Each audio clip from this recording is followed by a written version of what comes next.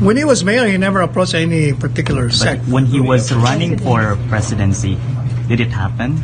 It didn't No, happen, you claim? he didn't also. He didn't approach anyone. Marami nag-offer sa kanya. Talaga. So he wasn't supported by any religious entity. INC, sir. Wala namang nag-open na in support of the president at that time. Alright.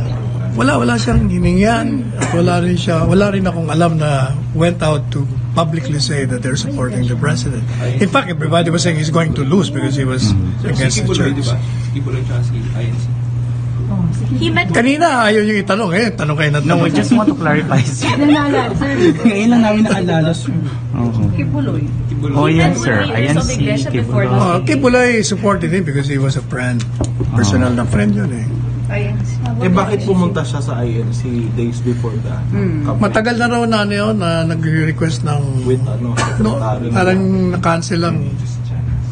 INC request. So ano yun, parang batian? Hindi ko alam kung ba't siya nagpunta na. Batian lang, parang ganun. Parang hi, hello, and goodbye. Talaga. Alright. So we don't expect the president to approach any religious entity this time. It's not his time.